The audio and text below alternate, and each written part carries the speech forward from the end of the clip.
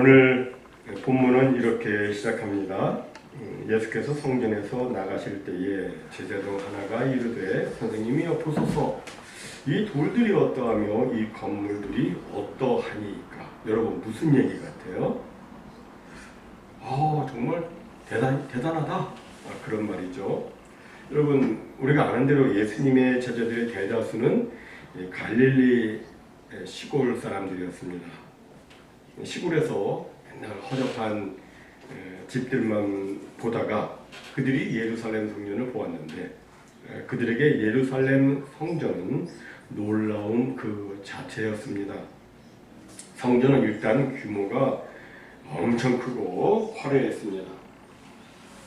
성전의 모형도가 이렇게 있고요. 그리고 좀 더 입체로 만드는 것이 있습니다. 예루살렘 그 성전은요, 헤롯 왕이 자신의 업적을 과시하고 유대인들의 환심을 사기 위해서 BC 19년부터 짓기 시작해서 AD 64년이 되어서야 완공을 했을 정도로 그 크기와 위용이 대단했습니다. 헤롯 대제가 시작했고 그 아들들이 계속 이어서 이 성전을 이제 완공을 한 거예요. 대를 이어서 성전을 완공했습니다.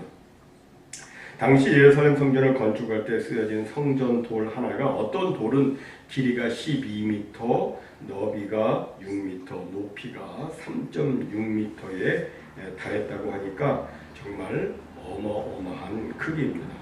성전 뜰은 대리석으로 쫙 깔려 있었고 문은 구리로 만들어졌고 그리고 성전 외벽은 고급 흰 대리석으로 지붕은 금으로 입혀서 태양이 비치면 그 빛이 막 찬란해서 제대로 쳐다볼 수 없을 정도였다고 합니다. 당시 성전은 지중해와 중동 지역에서 최고의 건축물로 꼽혔는데 당시 사람들은 이 성전을 보지 못한 자는 아름다움이 무엇인지 알지 못한다는 말까지 했다고 합니다. 즉 누구나 성전을 본 자는 그 규모와 화려함에 압도되어서 감탄하지 않을 수 없었던 겁니다.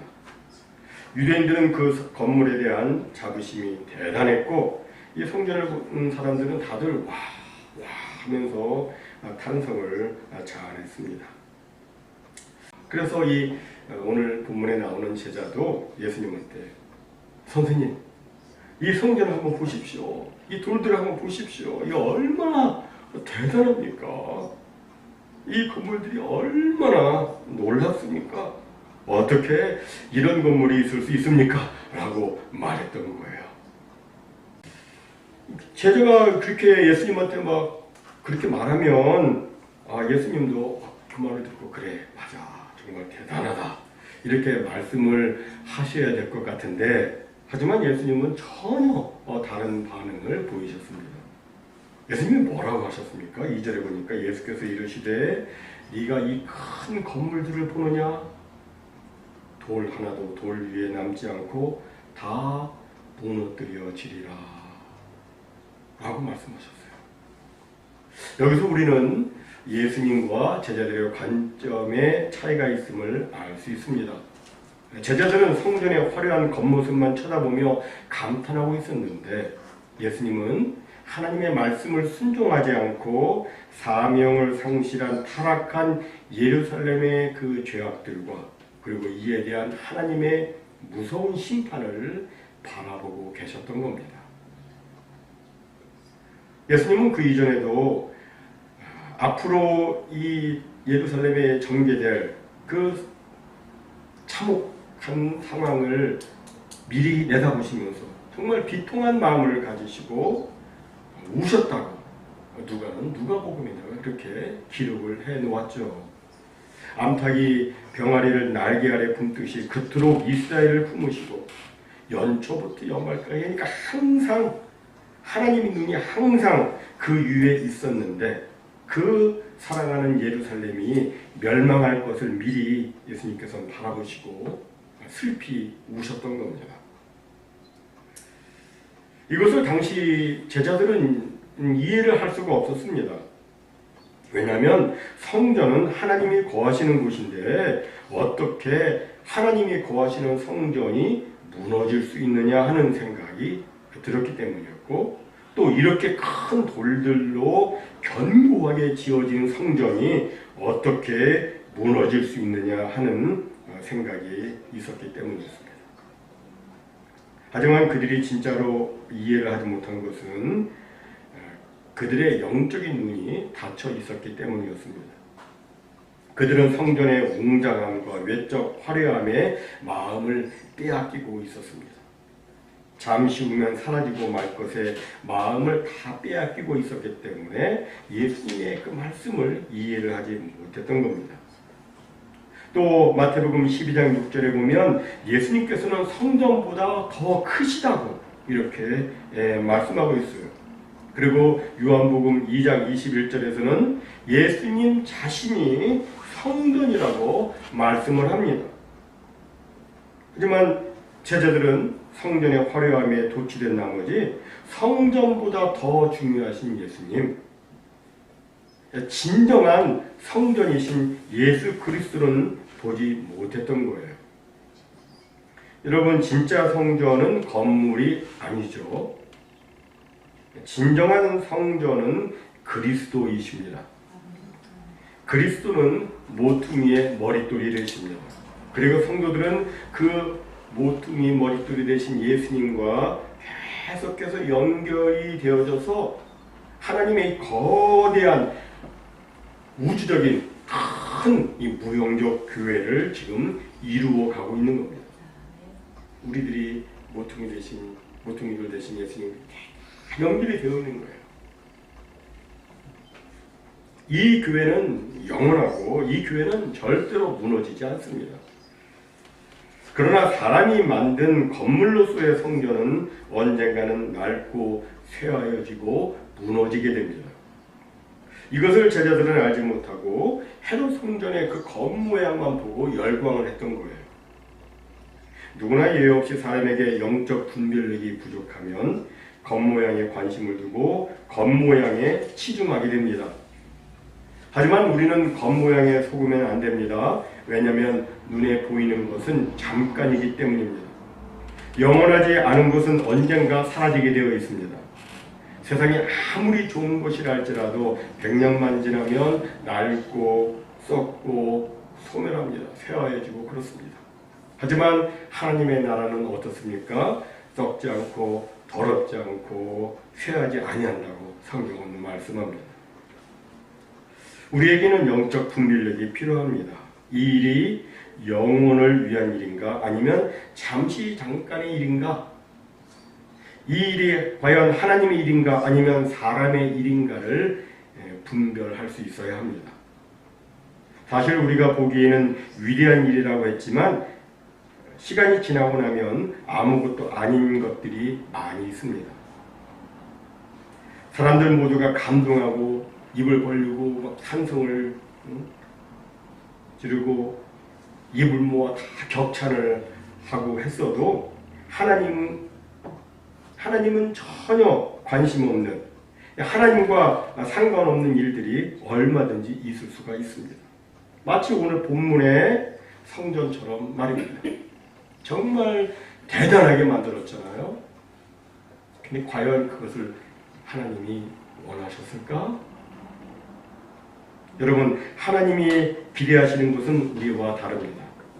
우리는 내 기대와 관심이 아닌 하나님의 기대와 관심에 집중해야 됩니다. 여러분, 크고 화려하면 무조건 좋은 것입니까? 그렇지 않죠. 만약 그렇다면 그것은 정말 세속적인 세계관입니다. 세상은 최고, 최대 이런 거를 좋아하죠. 하지만 거기에는 인간의 자만이 숨어 있습니다. 제자들은 헤롯의 치적을 내세운 거대한 성전에 감동하고 있습니다. 예수님을 3년만 이상 따라다녔지만 그때까지도 제자들은 세속적 세계관을 버리지 못했습니다. 그들은 예수님이 잡히시기 직전까지 누가 예수님 오른편 자리에 앉을 것인가를 가지고 경쟁을 했습니다. 그들은 섬기시는 예수님을 닮으려 하지 않고 높아지려 했고 세상에서 섬김을 받으려고 했습니다. 예수님이 원하시는 것이 그게 아니었는데 말입니다. 여러분, 예수 그리스도는 어떤 분이십니까? 이사야 53장 2절에 보니까 그는 주 앞에서 자라나기를 연한 순 같고 마른 땅에서 나온 뿌리 같아서 고운 모양도 없고 풍채도 없은즉 우리가 보기에 흠모할 만한 아름다운 것이 없도다라고 말씀합니다. 여러분 한번 상상해 보십시오. 바싹 마른 땅에서 나온 뿌리가 무슨 멋이 있겠습니까? 바싹 마른 땅에서 나온 그 뿌리 멋이 있겠어요? 흠모할 만한 아름다운 것이 하나도 없습니다. 이 세속적 세계관으로는 예수님을 알아볼 수가 없습니다. 인간적으로 내세울 만한 조건이 전혀 없기 때문입니다. 그래서 사람들은 예수님을 무시했고 거절했죠. 사람들은 힘을 가진 그런 메시아를 원했습니다. 그리스도는 인간의 눈으로 보기에 흠모할 만한 것이 전혀 없었습니다. 그러나 여러분, 예수 그리스도는 과연 누구십니까? 그리스도는 하나님의 영광의 본체이십니다. 예수님보다도 더 아름답고 더 영광스러운 존재는 없습니다. 예수님은 하나님의 영광의 본체이십니다. 아멘. 여러분, 우리는 겉만 보아서는 안 됩니다. 겉보다 속을 보는 눈을 가져야 합니다. 겉을 꾸미기보다 속을 꾸미는 데 힘써야 합니다. 내면의 아름다움이 진짜이기 때문입니다. 여러분, 우리 성도는 과연 어떤 존재입니까? 성경은 우리는 다 질그릇과 같은 존재라고 말씀합니다. 질그릇, 다 질그릇 같다. 질그릇과 같다는 말은 세상적으로 정말 볼품이 없다는 얘기죠. 투박하고 잘할 것이 전혀 없다는 그런 뜻입니다. 그럼에도 우리는 정말로 존귀한 사람들인데 그 이유는 우리 안에 보배이신 그리스도를 모시고 있기 때문입니다. 내 안에 찬란한 영광을 가지고 계신 예수님이 계시기 때문에 우리는 세상의 그 누구보다도 존귀한 사람들인 거예요. 고린도후서 4장 18절에 보면 우리가 주목하는 것은 보이는 것이 아니요 보이지 않는 것이니 보이는 것은 잠깐이요 보이지 않는 것은 영원함이라 라고 말씀합니다. 여러분, 우리가 주목해야 할 것은 내 안에 계신 영원하신 우리 예수 그리스도이십니다. 우리 사람은 아무리 가꾸어도 결국은 다 후패져 갑니다. 아무리 가꿔도 80 넘으면 다 후패지죠. 제가 9년 전에 이곳에 왔을 때만 해도 그래도 나름 젊지 않았습니까? 근데 지금은 좀 어때요? 흰머리도 많아지고 또 세월 따라 여러분과 함께 늙어가고 있습니다. 우리 겉사람은 낡아집니다. 이건 어쩔 수 없는 거예요. 그러나 우리 속사람, 우리 크리스천의 속사람은 어떻습니까? 나이 갈수록 날마다 예수 그리스도 안에서 새로워져 갑니다. 주님이 더 선명하게 보이고 주님의 은혜가 너무 더 감사하고 영죽을 나를 구원해 주신 주님 은혜가 너무너무 고맙고 그래서 그 은혜에 겨워서 정말 어떻게 하면 더 주님을 기쁘시게 하는 삶을 사실까 생각하며 날마다 더 새로워져가는 그런 우리의 삶입니다. 여러분, 우리 주님은 겉모양에 감동하지 않으십니다. 겉보기에 크고 화려하다고 해서 예수님이 정말 대단하다 이렇게 말씀하지 않으십니다. 우리는 겉모양을 쫓으면 안 됩니다. 크고 화려한 것은 세상에 널려 있습니다. 세상을 쫓으면 성도는 길을 잃고 맙니다. 세상을 쫓으면 안 돼요. 우리 신자는 세상과 달라야 합니다. 우리는 크고 화려하고 위대한 것을 쫓다가 거룩과 진리를 놓치지 않도록 주의해야 합니다. 그리고 우리는 무엇을 하든지 과연 이것을 우리 주님께서 기뻐하시는지 아닌지를 물어봐야 됩니다. 주님은 헤롯 성전이 파괴될 것을 예언하십니다. 파괴를 말씀하신 이유는 무엇이었습니까? 그것은 바로 성전이 성전 본래의 의미를 잃어버렸기 때문이었습니다. 이미 살펴보았듯이 성전은 하나님을 예배하고 하나님을 만나고 그리고 만민이 기도하는 집이죠. 하지만 예수님 당시의 성전은 본질에서 벗어나 있었습니다. 본래의 기능을 상실했고 존재의 의미를 잃어버렸습니다. 그래서 성전이 파괴될 것이다. 더 이상 존재의 의미가 없는 이 성전이 파괴될 것이라고 말씀을 하셨는데 성전이 파괴된다는 것은 유대 사회 전체의 몰락을 의미하는 것이고 동시에 이스라엘의 영적 황폐에 대한 하나님의 심판을 의미하는 것입니다. 당시 유대인들은 성전을 굉장히 자랑스럽게 여겼고 성전을 정말 좋아했습니다. 근데 여러분, 그들이 성전을 좋아하는 것은 하나님께 나아가서 하나님께 예배를 드릴 수 있기 때문이 아니라 성전이 너무너무 웅장하고 화려하고 이 외적 웅장함과 화려함에서 얻는 어떤 인간적인 그런 만족 때문에 그들이 성전을 좋아했던 거예요. 정말 큰 교회 가면 괜히 이렇게 막 압도되고 막 그런 걸 느끼잖아요. 근데 그게 성전 속에서 그들이 그걸 느꼈던 거예요. 성전은 본래 하나님께서 임재하셔서 예배하며 기도하는 당신의 백성을 만나주시는 장소로 하나님의 축복과 보호와 구원이 임하는 상징이었습니다. 그런데 여러분, 처음에는 그랬는데 이 시간이 지나면서 유대인들은 성전의 진정한 의미를 잃은 채 성전에 대한 맹목적이고 미신적인 신앙을 갖게 되었습니다. 그들은 성전과 성전 제사가 있는 한 자기들은 절대로 멸망하지 않는다는 미신적인 사고까지 갖게 되었습니다. 백성이 율법을 지키고 하나님을 진심으로 사랑할 때 그들의 생명과 나라가 보존될 것이라고 성경은 누누이 말씀하고 있지만 그들은 어떻게 생각하냐면 내가 성전 제사를 드리니까 악을 행하면서도 성전이 있으니까 우리는 안전할 것이라고 그렇게 확신했던 겁니다.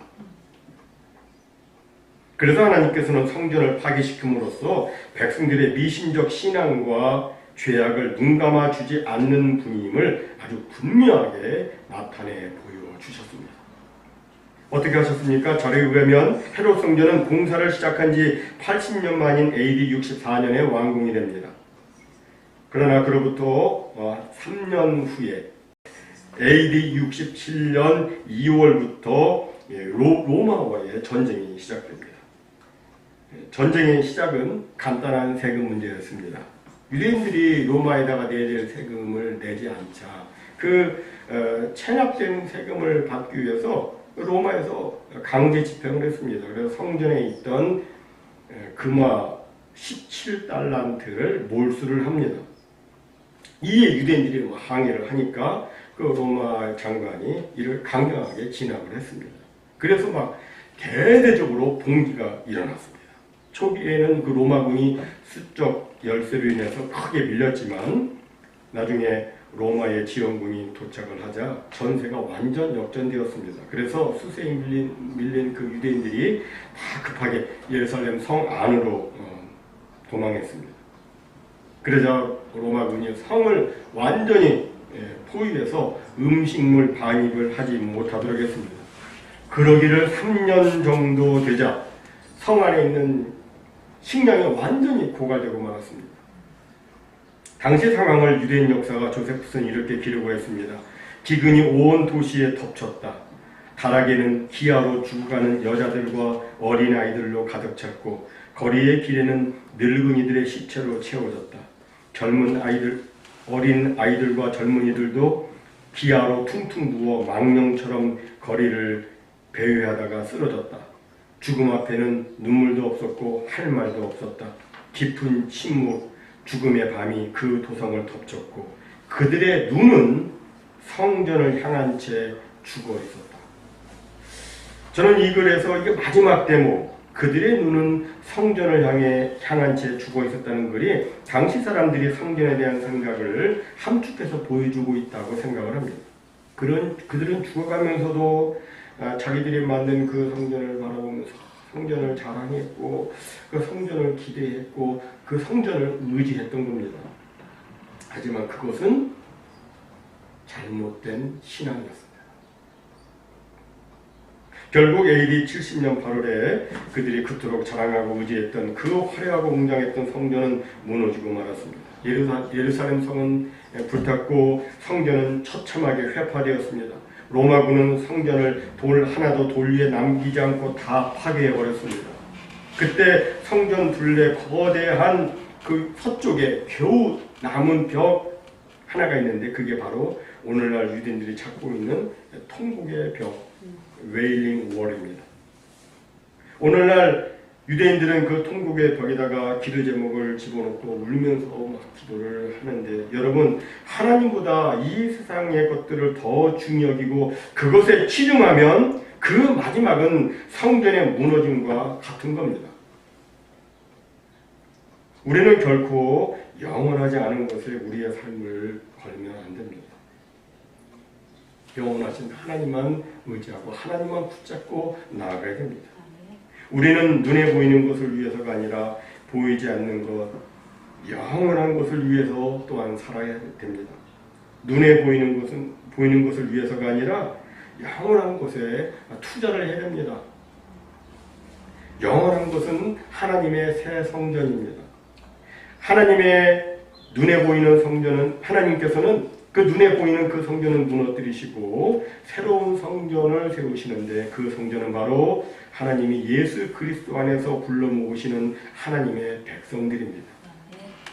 예수 그리스도가 참 성전이신데 그 성전 대신 예수님을 마음에 모셔드리는 성도가 바로 하나님이 거하시는 거룩한 새 성전이 된 것입니다.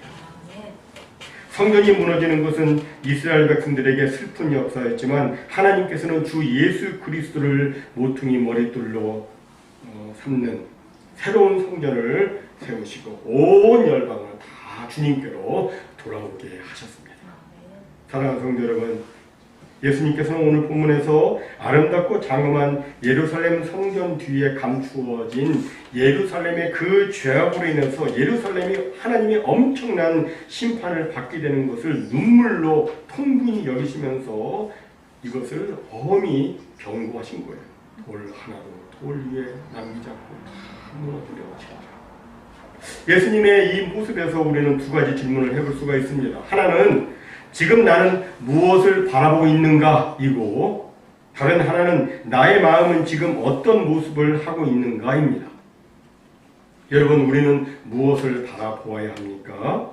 당시 사람들처럼 겉모양의 화려함만 보면 안 되고 우리는 영원한 것을 보아야 합니다. 또 우리의 마음은 어떠해야 됩니까? 정말 신실한 믿음을 가져야 합니다. 당시 사람들이 악을 행하면서도 성전에서 나는 제사를 드리고 있으니까 나는 안전해 라고 여겼던 그런 미신적이고 이기적인 신앙이 아닌 진정으로 하나님을 사랑하고 하나님의 말씀에 순종하면서 주님께서 기뻐하시는 삶을 살아야 됩니다. 모쪼록 겉으로 드러난 화려함과 장엄함에 마음이 빼앗기는 일 없기를 바랍니다. 절대로 그런 일 있지 않기를 바랍니다. 그리고 겉으로가 아니라 신령한 우리 주님의 눈에 순결하고 정직한 믿음의 성도로 보여지는 이 놀랍고도 귀한 은혜가 우리 모두에게 꼭 있으시기를 주님의 이름으로 축원합니다. 아멘.